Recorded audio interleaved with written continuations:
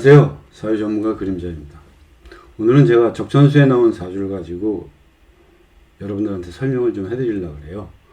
자식을 버리고 다른 사람을 따라간 여자에 대해서 설명을 좀 해드릴게요. 공부들 요즘 많이들 물어보셔가지고 제가 오늘은 이 사주가 적천수에 나온 겁니다. 적천수에 나온 사주를 가지고 여러분들한테 설명을 좀 해드릴게요. 열심히들 공부하시는 것 같아서. 자, 한번 이 사주를 이제 임철조 선생님이 쓰신 이 글을 한번 읽어보겠습니다. 임수가, 이 임수가 인월에 출생하여, 이제 인월이죠. 자, 이게 2월 달입니다. 제가 항상 2월은 목이 아직 어리다고 표현을 많이 쓰죠. 그런데 이 사주는 다릅니다. 천간의 간목도 가져왔고 일지의 인목을 또 봤어요. 거기다 미터 속에 을목도 있습니다. 그래서 뭐라고 설명하셨냐면 인월에 출생하여 토는 허하고, 이 토는 허하고 목은 왕성하니, 이 목, 이게 식상입니다. 식상이 왕성해서 이 토를 치니, 이게 임수한테는 이게 살이죠. 살이 곧 관입니다.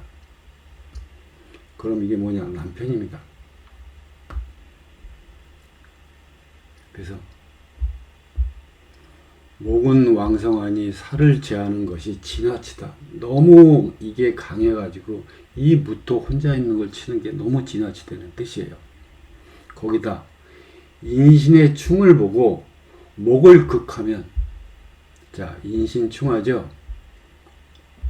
그런데 비록 2월 목이 어릴 때지만 간목도 갖고 왔고 또 여기에 인목을 가지고 왔어요. 그래서 이게 대래 타격을 받습니다. 제가 그래서 목하고 금하고 싸울 때는 어떤 것이 이기는지를 봐야 돼요. 이게 무조건 금이 이기질 못합니다.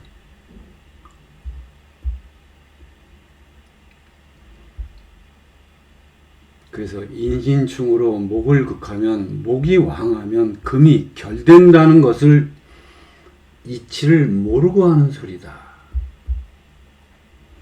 이 목이 많으면 이 금이 결단된다는 걸 그 이치를 모르고 하는 소리다. 이렇게 말씀하신 거예요. 그러니까 이게 꺾어졌어요. 금이 상해를 입고 관으로 남편인 무토가, 자, 이게 무토가 이게 남편입니다. 여러분, 이것도 관이에요. 이것도 남편이 될 수 있는데, 이렇게 천간에 뜨면 이 천간에 뜬 게 우선입니다.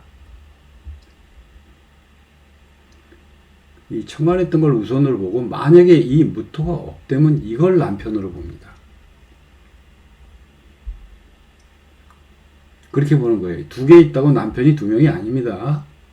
꼭 이 숫자를 가지고 여러분들이 논하시는데 그러지 마세요.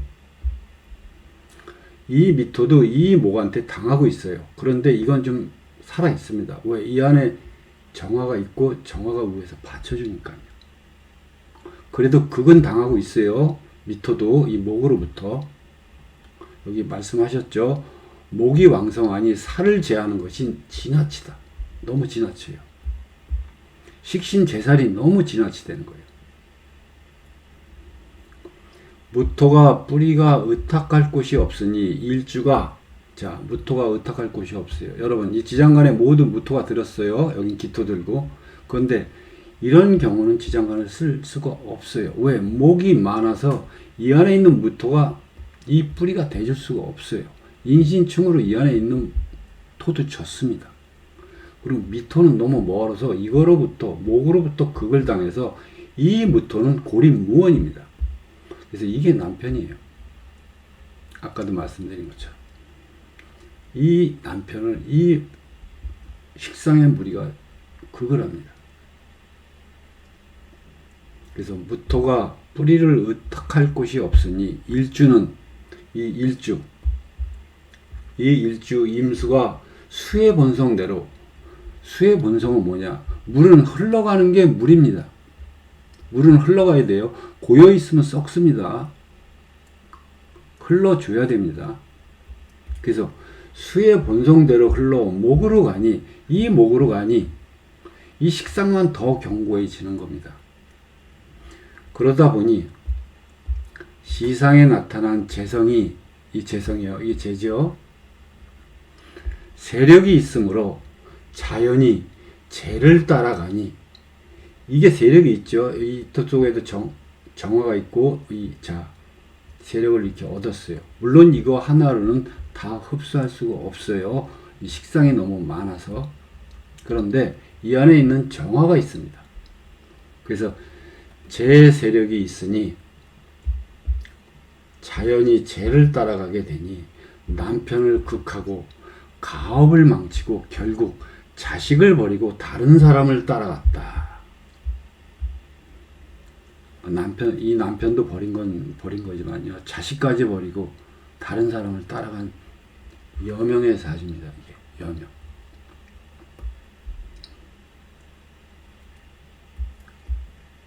그래서 제가 오늘 드리고 싶은 말은 뭐냐면 이 관이 이렇게 두 개 있으면 남자가 두 개다, 두 명이다 이렇게 보지 마시라고요. 설상 세 개가 있다고 세 명의 남자를 본다는 그런 소리 하지 마시라고요. 일단 이렇게 여러분들이 이제 사주를 볼 때 관이라든지 이 십성을 보죠. 뭐 재성이라든지 이런 거 볼 때 일단 천간에 뜬 걸 우선 보는 거예요. 그 다음에 지지 걸 보는 거예요. 근데 이제 지지의 뿌리를 얻어야 천간이 견고한데 이건 그렇지 못했어요. 그러다 보니 이 식상의 무리가 이 관을 치니 이걸 버리고 자식까지 버리고 여러분들이 좋아하시는 이 식상이 자식입니다. 그러니까 자식이죠. 근데 이 자식까지 버리고 다른 사람을 따라간 여자의 명입니다. 그래서 사주를 풀 때 얼마나 모여 있는지, 얼마나 강한지, 약한지를 봐야지 숫자로 보지 마세요. 이것도 하나, 둘, 세 개 이렇게 보지 마세요. 관도 두 개 이렇게 보지 마시고요. 식상이 얼마나 강하냐. 여기 보세요. 목이 왕성하니 이렇게 표현하셨잖아요. 목이 왕성하다고. 목이 왕성하다는 뜻이에요. 이게 많아서 왕성하죠. 많아서. 많다는 뜻이에요. 많아서. 그렇지만 숫자로 목이 세 개나 되니 이렇게 말씀하시지 않잖아요. 그런데 사람들이 자기 사주 만세력을 펴놓고 이제 요즘엔 핸드폰에서 다 다운받죠. 목이 세 개, 관이 두 개, 재가 하나, 금이 하나 이렇게 쉬는데 쉬지 마세요. 어쩔 땐 이 하나라도 힘이 있을 때가 있어요. 어쩔 땐 이건 세 개라 힘이 많지만 세 개라도 힘이 숫자만 세 개지 힘이 하나도 없는 사주가 부지기수입니다. 이 점 명심하시고 공부하세요. 좋은 설명 됐는지 모르겠어요. 오늘은 적천수 갖고 설명을 드렸고 이제 다음 주에 댓글 가지고 다시 여러분 찾아뵙겠습니다. 끝까지 시청해 주셔서 감사합니다.